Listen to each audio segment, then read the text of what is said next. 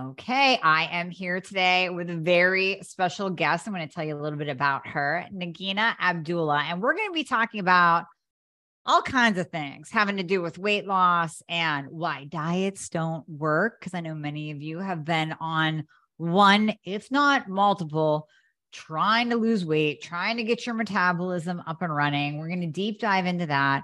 We're going to talk about my favorite thing, cardio, and how it sucks and how that is not going to get you the body of your dreams whatsoever. I fully believe that all Pelotons should go in a big, deep, dark hole. So let me tell you about Nagina Abdullah. Did I say that right? Nagina. I said it 5 times before we got on here, and now I'm questioning myself. It's such a beautiful name. Did I say that right? You got it exactly right. Thank you. Nagina. Well, she is a health coach for middle-aged women, which is a lot of you listening, and professionals, and founder of the website masalabody.com. She coaches women to boost metabolism naturally. We're going to talk about that today, and simplifies creating a healthy lifestyle, even if they've tried everything, like all of you. Nagina has a degree in molecular and cell biology from UC Berkeley and has helped over 1,200 professional women successfully lose 10 to 80 pounds and create a sustainable lifestyle change. So, Nagina, thank you so much for being on here. This is going to be a really fun conversation. I feel it. I am so excited to be here with you, Amy. Yes, I have been just I love all of your podcast episodes, and I'm just excited to talk about so many things that we're going to bust a lot of myths out there today. Yes, we are. Yes, we are. So let's just dive into the big one, right? I mean, I'm sure you see this with your clients. Everybody is on the struggle bus with weight these days. And I mean, people are doing everything under the sun, the peptides, the semaglutide, the tirzepatide, which I now call the Beverly Hills Soccer Mom weight loss drug of choice. We're all trying all these shortcuts. And a lot of my listeners legitimately have low thyroid function, low hormone function that ends up lowering their metabolism overall. So then they go deeper in the hole into trying every single diet they can possibly get their hands on or read about, usually to no avail, resulting in no weight loss. So let's just dive into why diets don't work for sustainable weight loss and body composition. Oh, absolutely. So the first thing is, if you are working on losing weight, if it's a goal to lose weight or a goal to get healthier, more fit, whatever your goal may be, and you are constantly hungry and you are constantly eating food that tastes boring and bland, and you're very limited, it's truly only something that you can do for a very short period of time, especially if you love eating, if you love the culture of having food, which many people have grown up like that. So diets don't work because they're very temporary, and they're based on restriction. They're based on calorie counting, and they're based on this transactional relationship with food. Whereas many people have a much more kind of like a warmer relationship with food. It's added so much love to their life. It's added comfort. It adds excitement.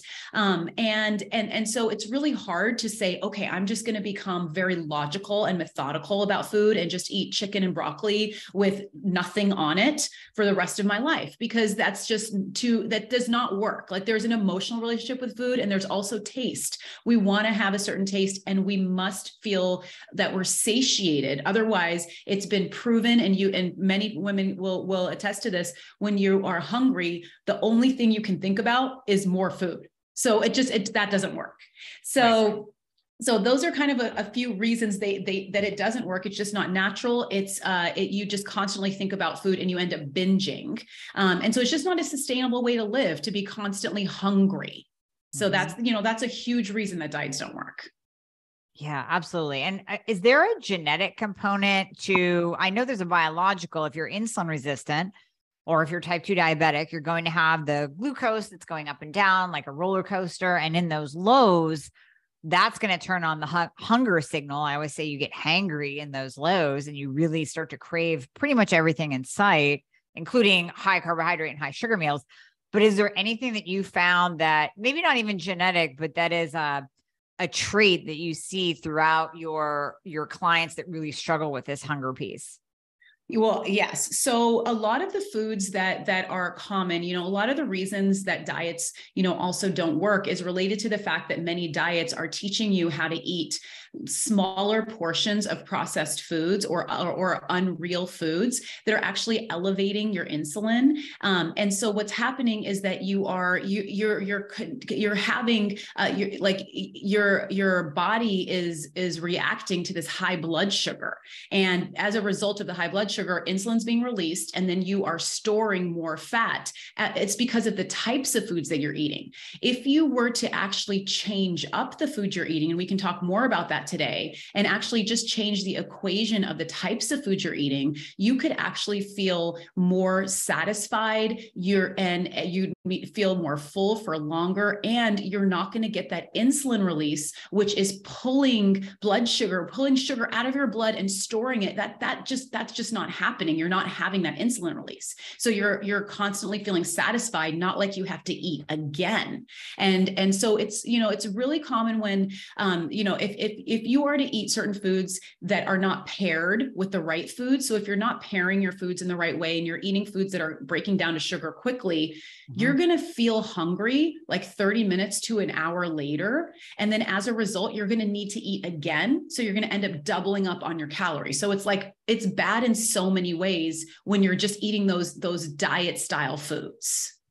Okay. That totally makes sense. So let's just go right into that, because I have a feeling what you're going to say. It's one thing that I talk about quite often, is the low protein intake that so many women more than men are guilty of doing. I met with a patient last week who, oh my goodness, I could just look at her labs, and I told her, when we get to the food component, I bet you I'm going to see low protein, aren't I? And she had all of the symptoms of weight gain and muscle loss, and the strength component just wasn't there. The energy wasn't there. And sure enough, we get to her food, and she might be taking in 30 to 50 grams of protein per day, maybe. So let's dive into what are those satiating foods. And I want you to expand to my listeners on protein. Oh my gosh, absolutely. Well, protein is, this will change so much. So I have a principle which I call protein more, starting with a protein more breakfast. So protein is a food that, first of all, it digests more slowly. So it's in your body for longer versus the foods like we were just talking about that really break down pretty quickly and create that insulin release. When you have protein-rich foods, they take longer to digest. So you're feeling fine. You're feeling like you're not hungry. And as a result, you eat less calories naturally because you're already full and satisfied.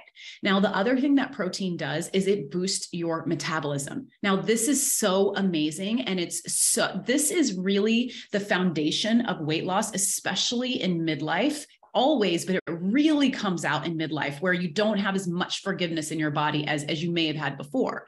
So when you're eating protein, it's boosting your metabolism. That means you're using your energy in a more efficient way, or using the energy that you're giving your body through food more efficiently. And so when you eat more protein-rich foods, you're going to naturally eat less calories. You're going to feel very satiated. You are going to lose weight. And this is one of the top things that so many women will tell me is when they start eating a protein more breakfast and then adding regular protein to each of their meals, that one change will literally shed 2 to 4 pounds from them in the first week. I mean, it's very common, and you've probably seen it as well. And with people that you work with. And so what happens is, like, the thing that is such a mind twist about protein more is that you're actually eating more and you're not eating less. So we've always been taught through all of this diet methodologies and all this diet marketing is that you're supposed to count your calories, you're supposed to eat less. But when you actually eat more high protein foods, you actually you have your sugar cravings subside. You don't need the sugar as much because you're satisfied. And as a result, you eat less calories. So you're indirectly eating less calories, but actively you're actually eating more. So right. This absolutely will completely change your metabolism and start shedding fat when you start adding more protein. And we can talk about exact ways too. Well, yeah, let's just go into that because I know that's what people are thinking right now. It's like, okay, well then how am I going to do this? Because the big question that I get there that you can kind of weave into your answer, the big question that I get is, number one, what am I supposed to eat for breakfast? So, our go-to normal protein breakfast is eggs. That's what everybody thinks of. We'll just do eggs. So what am I supposed to eat for breakfast? And then what about those women? And I try to talk them out of any kind of vegan or vegetarian lifestyle, because I mean, personally, if you're doing that, you're screwed in the protein intake department. You are not getting complete sources. That's almost like a whole other topic over here. But the women who are open to being animal-based, but they don't like the red meat. So let's go into how to incorporate this in. Yes, absolutely. And that's why, and the thing is, starting with breakfast really is key, or your first meal of the day. For those women that like to intermittent fast, it's fine. The first meal of the day or your breakfast. Let's break your fast, whether you're waking up or whether you're finishing your intermittent fasting with a high protein meal. And a lot of times at breakfast, it's easy to skip protein because it's common to have things like bagels, cereal, protein bars, yogurt and a banana. And, those are actually creating fat gain. You're not losing weight. You're actually eating too little. And that's, this is another thing. A lot of women are skipping breakfast, even if they're not intermittent fasting, because they feel that they have to eat less calories. But what happens when you eat less calories is that you eat too little calories for your body, your metabolism stays the same. You're going to be stuck. So for those of you that are feeling stuck at this current weight, it's because you're not eating enough to get your metabolism going. And that's why starting with a protein more breakfast is really key. So, commonly, if women feel like they're going to have protein, or they feel like they're having protein, they're doing exactly what you said, Amy, which is like they're having eggs. But let's talk about how many eggs. Let's talk about how much protein that really is and what else we can do. Yes. So 2 eggs, which is common, 2 eggs and toast is like a very common breakfast, or 2 eggs, toast and berries, or some type of fruit is common. 2 eggs each egg is 6 grams of protein. So 2 eggs is giving you 12 grams of protein. Now, to really feel satiated and to actually have your metabolism starting to boost, we really want to get to around 30 grams of protein. Like that's a common number. And of course, it's going to be customized and personalized depending on your own weight right now, but that's a really great number to start with. So and that is per meal too. That is not total for the day. Let me clarify. Yeah, absolutely. Thanks for saying that, because yes, it's so true. This is not for the day. No. And I'm just, when you start doing this, adding 30 grams of protein, you will see that you will not have cravings for other foods. You will see that your scale is going to go down. You'll see your waist starting to shrink. You'll see your body fat going down. And not only that, you'll also see your muscle mass going up just by changing the amount of protein that you have.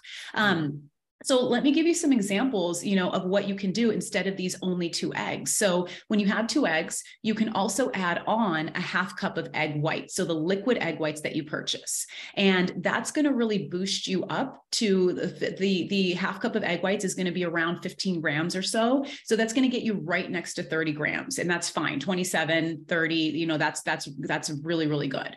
Mm-hmm. So you can do that. You can add in like onions, mushrooms, bell peppers, add anything you want to your eggs that you're making. And then also have some berries on the side or some low sugar fruit. That's what I recommend, so that you're getting that natural fiber with lower sugar. And fiber is another way that you're going to feel satiated and full naturally with real food without needing artificial types of things. So that's one example if you like eggs. Now, a lot of women are really busy in the morning and they don't have time to make eggs, which is totally understandable. So if you don't have that time, another thing you can do is you can make those egg muffins. I have a recipe called paleo egg muffins. So you make a tray of egg muffins, and each muffin is 1 egg. So you can grab 2 of those, warm it up real quick, put it in your fridge for the week. And then on the side, you could have a serving of Greek yogurt, which is another, if you get a good Greek yogurt, it's anywhere from 15 to 18 grams of protein. Mm-hmm. So this is a really great grab and go breakfast, because you have your eggs, you have your Greek yogurt, you can add some berries on it. You can also add cinnamon into your Greek yogurt, which helps you lower your blood sugar. And it also tastes really good. So you're like loving your breakfast, which is also important. those are a couple combinations. And one other one that I have found is extremely popular and works really well for metabolism boosting is to have a protein green smoothie in the morning. And so this smoothie would be something like having a non-dairy liquid, because dairy is blocking a lot of weight loss. It's creating bloating. Many women will find when they take out dairy overall, it will help that weight come off. I did recommend Greek yogurt, but that's because it is it's a higher protein, lower sugar form of dairy. So if that one, I've seen many women lose weight with Greek yogurt. Mm-hmm. But if you're doing a smoothie, you really don't want to have milk, so you're having a non-dairy liquid, something like almond milk or water. You're adding a protein powder to it, which is really powerful and really fast. And it works really well if you do it like once a day, to do a protein powder. It's a very fast, efficient protein. And then you could do something like a half cup of strawberries for some low sugar, but a little bit of sweetness, add some cinnamon in to keep your blood sugar low, and then add a cup of spinach, because you're not even going to taste it when you have all these other things, but then you just drink down an entire cup of vegetables, which is amazing for so many reasons. And then this specific smoothie that I'm talking about, I also like to recommend adding mint to it, because it adds a little bit of nice flavor, and mint also helps you decrease overeating, and it also helps you decrease your sugar cravings, because it's been proven that the scent of mint does that. So having a smoothie when you have all your ingredients already in the fridge, like right next to each other, you could even put it into like a bag ahead of time, like a smoothie sack is what I call it. And then you just pour it into your blender. You just drink it down or bring it with you on your way out. I mean, it's a no-fail way to get your metabolism high and to feel really satiated for 3 full hours until your lunch. So those are a few different ways, a few different elements of protein that you can add to your breakfast. That is awesome. And then one key thing with the smoothies, this does not mean add in 5 different kinds of fruit. We don't replace the vegetables with fruit because you like fruit better, because then you're just drinking a big smoothie of sugar because you're breaking down all that fruit. So I love that you said, some berries, some strawberries, something like that. But notice that she didn't say an apple and berries and some watermelon and an orange, and, because I've seen those smoothie recipes from women as well. And it's just sugar. Oh my gosh, absolutely. And actually, one of the foods that I say that sugar is hiding in is typically smoothies. Because if you go out and buy a smoothie from any of the smoothie places, and, I have done this multiple times where then I've asked them what is going in here exactly. And I'm like, that is not healthy at all. Like, I'm going to gain weight from the smoothie, but it sounds so healthy because it's all fruit. And we all have been taught that fruit is healthy, but it's not that it's unhealthy, but it is sugar, even though it's natural sugar. So when you do have fruit, it's really great to, like I said, have a low sugar fruit, but also pair it with a protein or a healthy fat, because when you pair it and you combine your foods that way, then it digests more slowly. It's digesting at the rate of the protein or the fat, or it's being slowed by that. So this smoothie is working because it has protein powder in it. And it has the spinach in it. If you take those elements out, it's not going to work. And one more element to that smoothie is what I call actually my secret ingredient, which is flaxseed. And so flaxseed is a high fiber and a healthy fat source. And so that's going to be that final touch that really keeps you satisfied. So it's really the combination of these ingredients that makes a difference. It doesn't have the 5 kinds of fruit. I definitely want you to have spinach or have some kind of green in there. That's making the difference. Definitely. I'll give you a little personal story side note. I had a patient that worked at a local juice place here. And I said to her, I'm like, is there any way that you can get the nutritional info for every single drink that you have? She's like, yeah, no problem. We got that. We have it written down just for people that ask for it. There was not one single juice, smoothie, whatever you want to call it, that was under 30 grams of sugar. Even the ones that kind of look like, oh, well, it's just cucumber and lemon and some celery and berries. And I mean, once you broke that all down, there was not one that was under 30 grams of sugar. So, oh my gosh. Oh my gosh. And that's really more of what you should be having in a day for sugar, and it's like all in one healthy smoothie. And that's why there's so many myths out there about what's healthy. And it's really frustrating when you are that woman who is doing everything healthy and you feel like you're following all the rules and you're adding greens and you're adding fruit, but yet you're gaining or staying at the same weight for months or potentially years and then decades. And it's just because it's about getting educated about the foods that you're putting in your body, the real foods, and how to pair it, how to combine it, and the amounts that are good for your body. Exactly. So, all right. So my listeners start off, mostly ladies, but my listeners start off, we're going to add more protein to the breakfast. So what are other ways that they can boost their metabolism naturally to really get off this struggle bus of weight gain or the inability to lose? Absolutely. So really, we're keeping that protein more theme for the day. So for every meal, we really want to emphasize having protein at lunch, really having it at dinner. But the other thing that I want to share is around the food combinations that I've been talking a little bit about. Yes. And so, when you're having protein, that's great, but you always want to try to have, whenever you're having certain kinds of foods, you want to pair it because it's going to slow the digestion. So for example, we were talking about fruit. So if you do want to have an apple, which is like an example of a snack, for example, if you're going to have an apple, the way to make this metabolism boosting and not fat storing, even though an apple is healthy, it has fiber, that part is really good, but it does have a decent amount of sugar in it. So instead of saying you're not supposed to eat an apple, it's more about pair this apple with some peanut butter, some nut butter, almond butter, or some nuts, like a healthy fat. And actually an apple and peanut butter is a fabulous snack to have.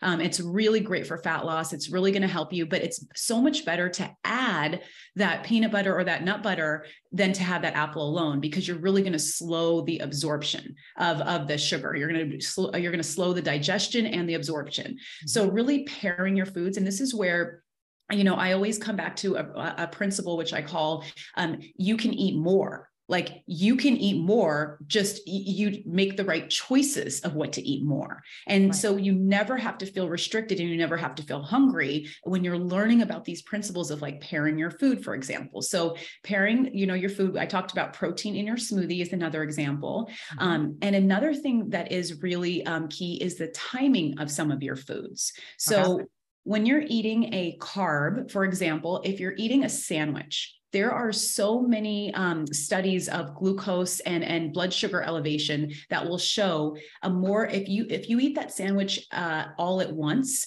your blood sugar is going to spike to a certain amount. And that's because you're having the bread at once, you're having the meat, you're having the vegetables. It's really because of that carb that you're eating without anything else in your body. But if you actually deconstruct that sandwich and you have the vegetable first, you have the meat inside first, and then maybe like 10 minutes later, then you have the carb, you're going to see that your blood sugar it spikes like barely like half as much. And it doesn't go up and down that quickly. When your blood sugar goes up and then falls really quickly, that's when fat storage is happening much more. So when you're slowing or kind of not even having a blood sugar spike, you're not storing fat anywhere near as what you would have if you didn't if you did spike it.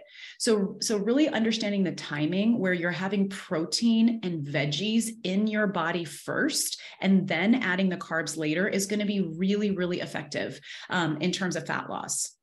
So those are a couple other ways: pairing as well as timing. And then one other, thing that I recommend is I call a framework that I have called the fat burning food framework. And so it's really around how to pair your foods for every meal. And so for lunch, I recommend having protein, pairing it with what I call a tasty veggie. And, we all know we're supposed to eat veggies. We all know salad is good for us, but the biggest thing is how to make it taste good. Many women don't feel like eating that much broccoli or that, but when you make it tasty, that's a really good way. And I can talk more about that. It's really around using metabolism boosting spices and adding that on, and it really gets your metabolism going and the flavor coming out. So you pair those, and then you have a healthy carb with it. So you have a carb, there's multiple things that you could have: healthy bread, sourdough bread, beans, lentils, certain types of grains like millet or buckwheat are a lot less blood sugar spiking. So when you pair this and then you follow the timing that I shared with you, this is all about learning to eat real food and boosting your metabolism and staying full and satisfied and having a lifestyle that you can now continue for the rest of your life just because you know what to do and you enjoy it. Right. So those are a few more ways too. I like it.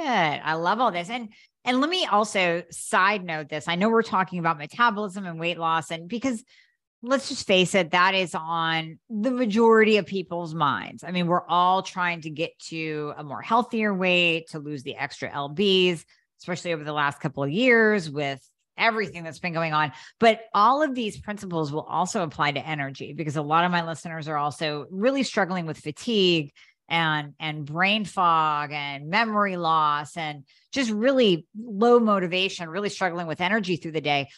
All of these tidbits you can absolutely start implementing, and you will notice a change in your energy. I actually had a patient reach out to me a couple of weeks ago, and she was thinking, well, maybe I need an increase in thyroid medication, maybe maybe we got to change something. And I don't know. I just had this gut feeling. I'm like, we just did this and we just did this with you. Why don't we check in on how much protein you're getting? Or have you backed off a little bit, like started, going back to your old ways? And even how much water are you taking in? Are you, even if you're dehydrated, that's going to really not only stop fat loss and fat burning, but it's going to hinder your energy. A couple of weeks later, she was like, you're 100% right. I wasn't eating enough protein. I wasn't drinking enough water. I just did those two things and my energy came back. So it wasn't another supplement. It wasn't a medication. It wasn't anything else that she needed, but just to increase her protein and increase her water. Simple. That's so true. And that is so believable. That will happen to, if anyone is under eating protein, which is most women are under eating protein and mistakenly, trying to eat healthy, but it's kind of just understanding what to add more of. You will find your energy levels can skyrocket, and it feels so good. And, a lot of times, a lot of people feel like it's common to have that late or early, that afternoon kind of lull. And that actually doesn't have to happen if you have a high protein breakfast, if you have a protein more lunch and you pair your foods like that. You can actually just get through the afternoon at a really great energy. And what that means is that's 2 to 3 hours more of productivity, of clarity, of being able to do things in your life versus feeling like you need to take a nap every day. That's actually not normal. It doesn't have to be like that at all. Once you learn to have that additional energy, which is really coming from protein, eating the right vegetables, you naturally are just not having the sugar cravings, which are giving you highs and lows in energy. And the mental clarity is amazing. Yes, absolutely. Absolutely. Now, I know there's going to be kind of I don't know, lack of a better word, this refractory period, right? When you take someone who is eating boatloads of carbohydrates. So again, I keep pulling from anecdotal and one-on-one consultations that I've done. I just had a patient that, listen, she was honest about it, 100% honest. She's like, I eat like crap. And she brought out her candy, right? And so she's eating this all throughout the day, and she's having major carbohydrate and sugar cravings. Like, she is a true admitted sugar addict. So when you have someone like that, baby stepping into eating more protein and pulling out the sugar, there's going to be almost like a little block of time where it's just going to suck. It's just going to feel like this is uncomfortable. I don't like it. Your body is going to literally rebel against you and want the carbohydrates and want the sugar. But, and I'll hand this question over to you. What can people do to kind of get past that period, if anything? Because I know that is a more difficult time. I mean, my theory is just kind of plug your way through it. Yeah, you can, like you said, focus on more protein because that's going to be more satiating. Add in some dark chocolate, do those sugar, quote unquote, replacements. And I don't mean just eat a bunch of monk fruit in place of your sugar, but do the dark chocolate instead of the milk chocolate. But what else do you do with your clients to get them through that phase where it's really super uncomfortable making the change? Absolutely. So really a lot of this is switching mindsets to instead of thinking of this as you're taking something out, which is a negative way of thinking about something. And we don't really want to do that. As humans, we want to do things that are positive. We'll do more of it if we feel good when we're doing it. So really focusing on that, adding more of the right foods, protein, more tasty veggies, like that is going to make such a huge difference. And naturally you'll feel surprised at how little cravings you have. And if you do have cravings, using some of the strategies we're talking about, dark chocolate is great, like having like a couple squares of dark chocolate above 70%. Having an apple and peanut butter is a great option. Having like cinnamon tea is amazing. And, adding cinnamon to things, it's like a really great way to get that sweetness without the insulin spike. And to really just feel that, like you get that feeling of the sweet. Now, a couple other strategies are one that I love talking about, and this is where you use spices in the foods that you're adding more to. Okay. So the reason that this actually works, now, first of all, I talked about cinnamon, which is a sweet spice. So that's a direct relationship. You're going to feel that sweetness from something that's not storing fat. In fact, it's helping you store less fat. So adding cinnamon to your coffee, to your tea, your smoothie, or on top of your fruit is a really great way to start integrating this into your life. But also adding more of mild spices as well as some spicy spices. What happens is that spices bind with the receptors in our brain that are the same as where sugar binds in our brain. And so a lot of times we're feeling that desire for sugar. And if you give yourself spices, you feel satisfied. You don't have the desires as much. And this will happen. Like if you start adding things, you'll start to feel, oh my God, I feel good. I don't feel like I need anything. So like a couple mild spices that are really great to add. And I love adding this on veggies or on any of the protein you're having, whether you're having chicken, whether you're having eggs, if you're having any kind of other meat, adding the spices on. You don't have to be exact with how much you're adding, but you can always do like 1/4 to 1/2 teaspoon as a rule of thumb of each spice.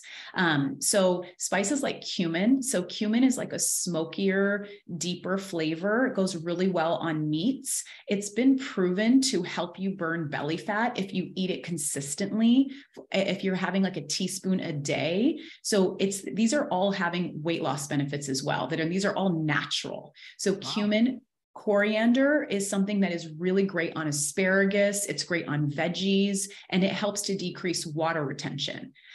So that's another really mild spice. It's just flavorful. And then there's one that's so common. I mean, it's kind of very, very stylish and popular right now, which is turmeric.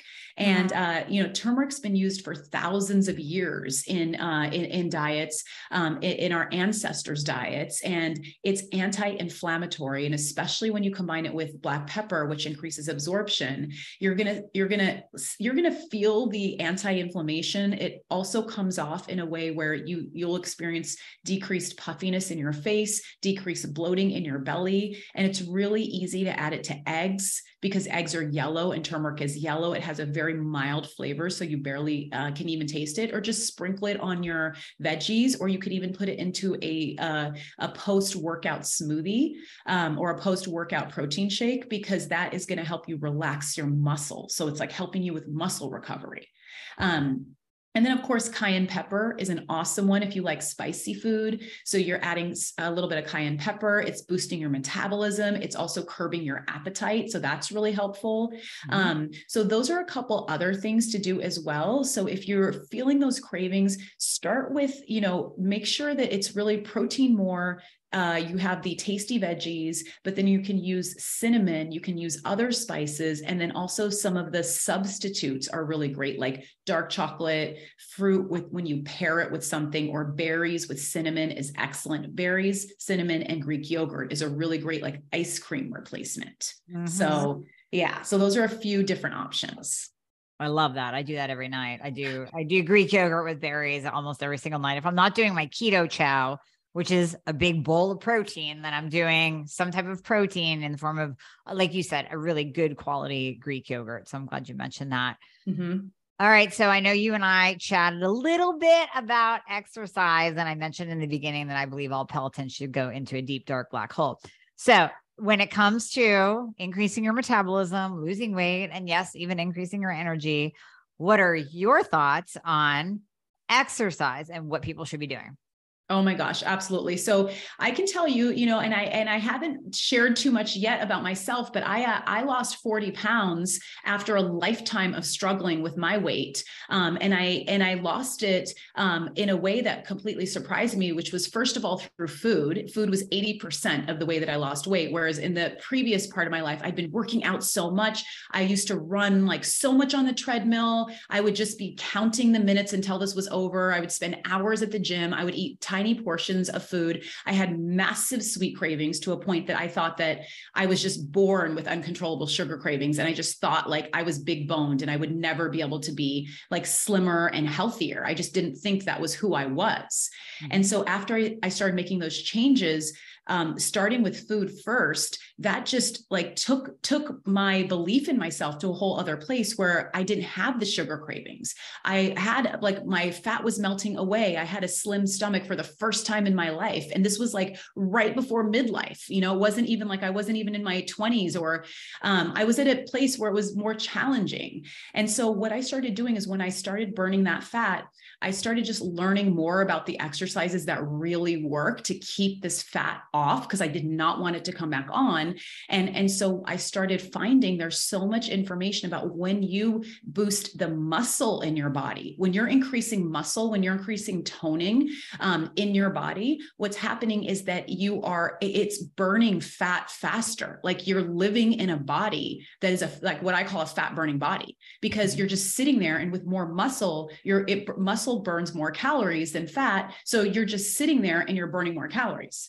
And then in addition to that, in midlife, it's very common to become more insulin resistant, meaning that it's harder to actually digest carbs, to digest sugars, like they're going to be stored as fat much more quickly. But when you have more muscle in your body, you have more spaces, you have more surface area to create insulin sensitivity, which means that you can digest foods much more easily, and it's not going to have the fat gaining effect on you.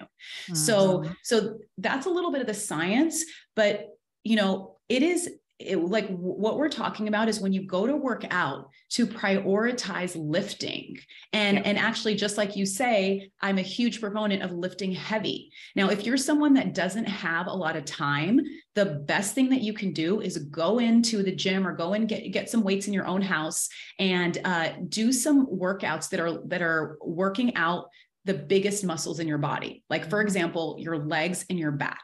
Now, if you can get more muscle in your legs and your back, it's creating fat burning all over your body. Like it's affecting your stomach. If you want to have a slim stomach, you don't have to do crunches and sit-ups. Like you have to burn the fat off of your stomach first, and then you'll see everything under it. But in order to increase fat burning, you really want to work out those bigger muscles as a shortcut. And of course, overall, you still want to work out all your muscles, but you want to prioritize lifting heavier, building your bigger muscles. And this doesn't mean that you're going to be bulky like a man. Like it doesn't mean that. I mean, as you know very well, Amy, it's really hard to build that much muscle. Like you have to eat a lot of certain foods, and you have to really count. And it's more than is natural for most of us to eat like that. You got to take steroids. I mean, if you're a woman, I mean, short of having a really genetic freakishly, structure, which some of y'all do, but most of us, 95% of us, we are not going to get big and bulky without some kind of anabolic steroid. period. You got to say it, because women are so scared of picking up a heavy weight. And it's like, listen, if you even knew, I mean, you know, from working out and lifting heavy, I know from the competitive world, I busted my ass to get muscle. And these women were just taking shit and putting it on left and right. Like it's not natural to get bulky as a woman. It just isn't. Nope, it's not. Absolutely. So that's not going to happen. Like, let's just put that, that's really hard to make that happen. What is going to happen when you lift heavy is that you are going to burn fat from your love handles, from your stomach. If it's a desire of yours to wear a bikini or to wear a bathing suit and feel really confident in it, and you feel like that's what your own goal is, that is the way to do that, is to eat the way that we're talking about. Eat, like, make sure that you're just eating real foods, being conscious of what you're eating. And then you're lifting so that as you're losing fat, it's easily staying off. And that's why this is all goes together as a sustainable lifestyle. Because if you're someone that's just doing cardio, well, then you're losing the fat. But then the moment you go on vacation or you go out to dinner, or you do something that's not, you know, the way that you usually eat, that fat comes right back on. Because you don't have the muscle in your body to burn it off. And then it's very easy to go back and keep that yo-yo going. So yes. So when you're adding that muscle to your body, this is where it becomes, if those of you listening can imagine, it can actually be really hard to gain weight again. If you're eating this way and then you have muscle in your body, like, you have to really eat very unhealthy for a decent, like a long period of time to really get that fat back. So we're talking about you living a life that feels effortless, that you're living in the body that you want for the upcoming 10, 20, 30, 40 years of your life, for the upcoming decades when you take these steps. And you know, one more thing I want to mention is that the thing about lifting workouts is that I call them time-saving, fat burning workouts, because you can, like, if you just want to stay at a good place and you're not looking to compete or anything like that, you just want to, like, feel good in your clothes and wear the size that you like, working out even 2 times a week for 30 minutes lifting will get you there if you're consistent. Like, if you're able to do 3 times, I mean, that's going to really make it easy. But that's all it takes. We're not talking about an hour and a half of cardio and bike and all of those things. Like, you can keep doing that and you're not going to see the results you'll get in 30 minutes twice a week. So yes, this absolutely will change your body. And it's just that women we haven't been in the environment where it feels empowering to do this. When you're educated about the types of workouts to do, you can live in a body of your dreams, and it can feel effortless and easy and mindless to do that. And this is coming from me, who it was the biggest struggle. I couldn't, even to lose 2 pounds was a huge struggle. And then 40 pounds just came off for me in 9 months after I started integrating these things. So yes, it works. Simple things. There's simple things that you're talking about to integrate. This is not something extreme. You know, this is not dropping your carbohydrates to nothing and eating nothing but meat and all the different diets that I have talked about on the show before. And maybe, you know, carnivore or keto or whatever is your jam and you want to implement that here and there. But what you're talking about is simple, applicable, simple changes that you can do. And you don't have to make it that complicated. You don't have to go down a rabbit hole of a certain diet and being super anal and structured. And, oh my God, I ate an apple. Now my whole week is blown because I have 30 grams of carbohydrates in my, no, you don't have to freak out like that. These are simple, applicable pieces of advice that you're giving us. Thank you. Yeah. Thank you so much. And absolutely. This is just learning how to use real food, which that is the healthiest way. And, you know, like a lot of it for anything, for any hormonal imbalances, for any kinds of like inflammatory types of issues, starting with real food in your diet is the foundation. Like that can affect so many things positively.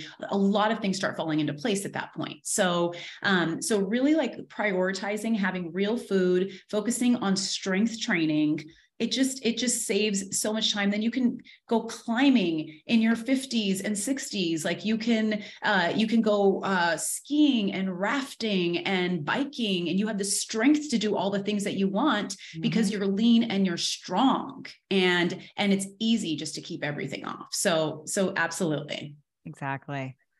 Well, Nagina, thank you so much for being on today. And you do have a special gift for all the listeners that we will put that link in the show notes, but go ahead and tell them about your gift and also where to find you. Absolutely. Well, I am so excited. I am sharing my sweet spice cheat sheet. And this is where I share the spice that's in your kitchen cabinet. I share 3 easy ways to use it in your day. I also share 5 health benefits. And then I also share a very delicious, easy fat burning tea that I call fire tea, because it fires away your belly fat. And it actually tastes better than wine, and you'll want to have it instead of ice cream. So for anyone that is struggling with those late night cravings, this fire tea is really amazing. And so that is something, definitely the link is here in the show notes. But once you sign up for that, then I'll send you a note just to connect with you. And then I'll send you my recipes, my mindsets, and then we can stay connected. And if you want to check out my website, it's masalabody.com. You can take a look at my blog posts, success stories, all the things, but I'd love to connect with you through the Sweet Spice cheat sheet and share more with you there. I want the cheat sheet. I want the recipe. I want to do the tea tonight for my Netflix snack. So I'm pumped. Thank you so much. Thank you so much for giving that. That's amazing. Absolutely. All right, my dear. Well, thank you for being on here and imparting your wisdom, and everybody greatly appreciates it. So we'll definitely have you back. Absolutely. Thanks so much. This was so much fun.